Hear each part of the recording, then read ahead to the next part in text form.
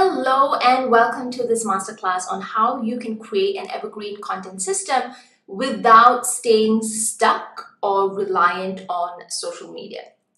Now, some very quick housekeeping before we move on. This is a pre-recorded video series, all right? And below every video, you will have a link so that you can click on to the next video in the series. There's also a transcript, so if you like to read and follow along, or if you prefer to read rather than watch, then the transcript is right there. You can access that.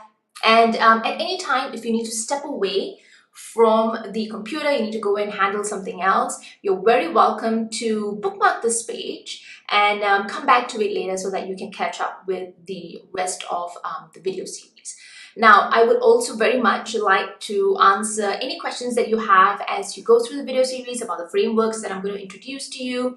I will also be sharing about the content ecosystem program at the end of the video series. So if you've got questions about the program as well, I would love to answer those for you. There is a chat box on your right at the bottom of your screen. You are welcome to drop your questions in there. They will reach me. Alternatively, you could also hit reply on any email that you see from me, and I will get those questions answered. Now, a little bit about me before we move on. For those of you who are not familiar with my work, I am based in Singapore and I started my business in 2016, and I've published 10 over books on Amazon, and it's very likely that you have found me or come into my email list or my world of sorts through one of these books. And it could be the 1-hour content plan, selling the intangible, or maybe even 300 email marketing tips. I also have several programs that I've created over the years. Leading Through Noise is my 1:1 program. The Content Ecosystem program is something that I'll be sharing at the end of the series. I also have the Ad Business Academy and a couple other programs as well.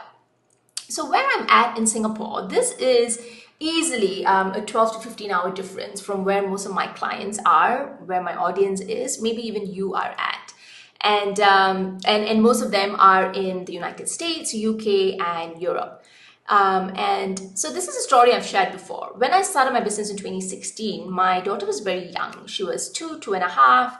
I was also freelancing on the side. So I had very real limitations and constraints in terms of what I could do and the amount of time that I had to work on my business.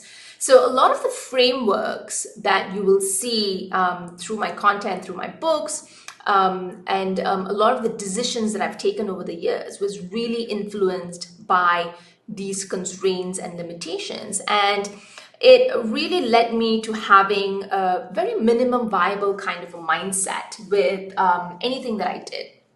And you'll see me mention minimum viable quite a bit through my content in my books as well, because it really formed the basis of many of the decisions that I made, even the decision of choosing to self-publish rather than create a course, when everywhere people were telling that you had to create a course.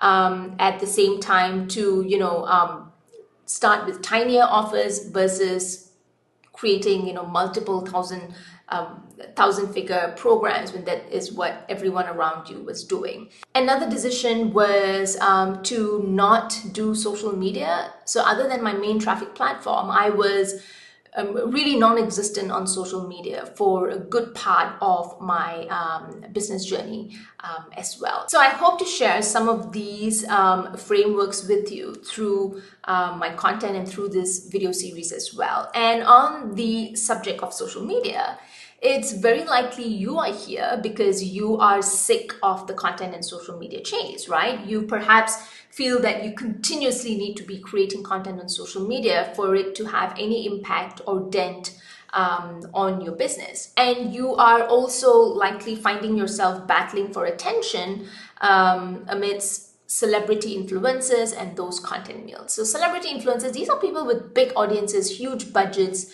really big teams. And this allows them to post on social media multiple times a day, several times a week, right? And for someone who is a solopreneur like you, or perhaps you have a tiny team, it is just not sustainable to have that kind of frequency on social media. You're going to burn out, right?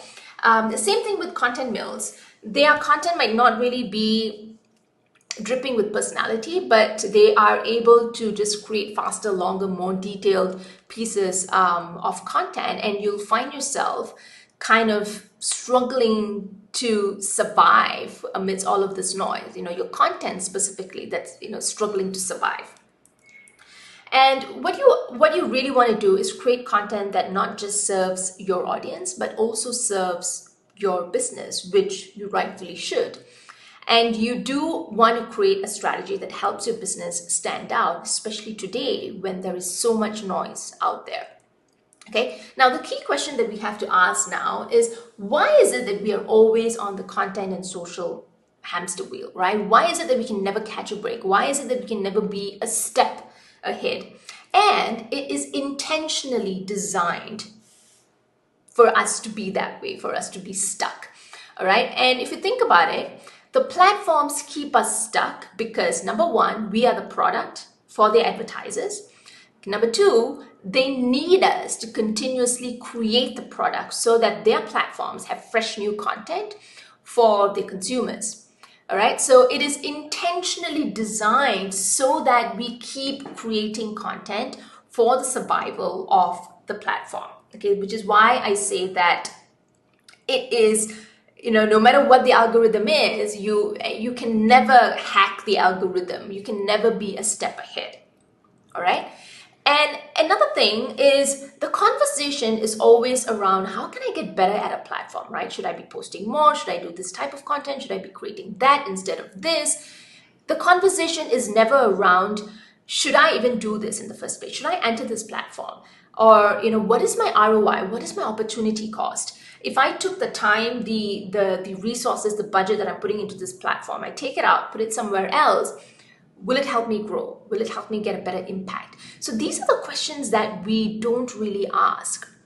Okay, and it was in 2023, all right, that I really had to ask this question about Pinterest. So Pinterest was my main traffic platform, and it was serving me very well for several years.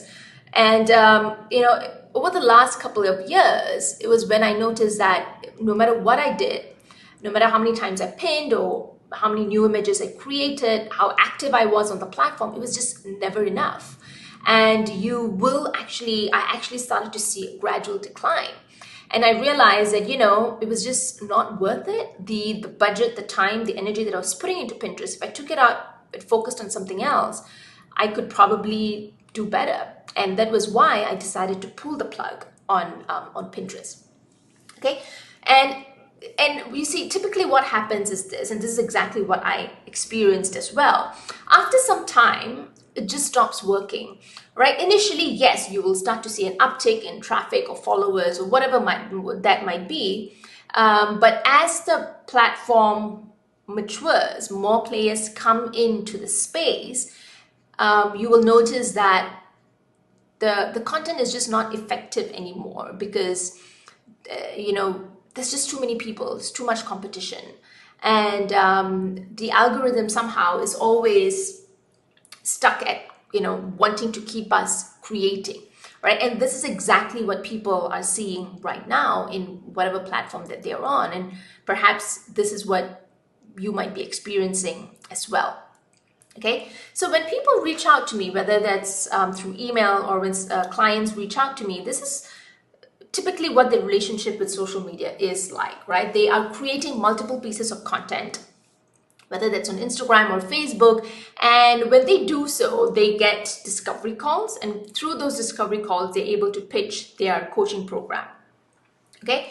And or it could be that they have to post multiple times on social media to get people signing up for their newsletter or their email list. And through that, they're able to sell their programs or their courses.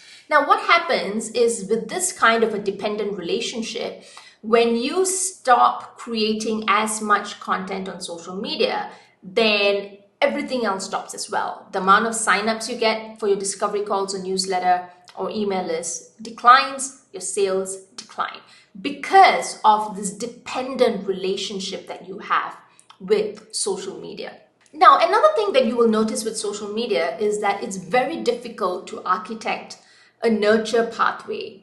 All right. So let's say you're having a series of 5 different posts on Instagram, for instance. There is no guarantee that someone who sees post 1 is going to come back and see post 2 or 3. There is no guarantee that the platform is going to show your content on that person's feed, right? So this is what I mean by architect a pathway. You just have no guarantee with social media. Okay, and like I've shown you, you need more to make a dent, right? It is never enough. So this is where you want to ask yourself, okay, if this is not the relationship I want to have with social media, then what exactly is an alternative? What could an alternative look like? All right, that's what I'm going to be talking about in the next video. Whenever you're ready, go ahead.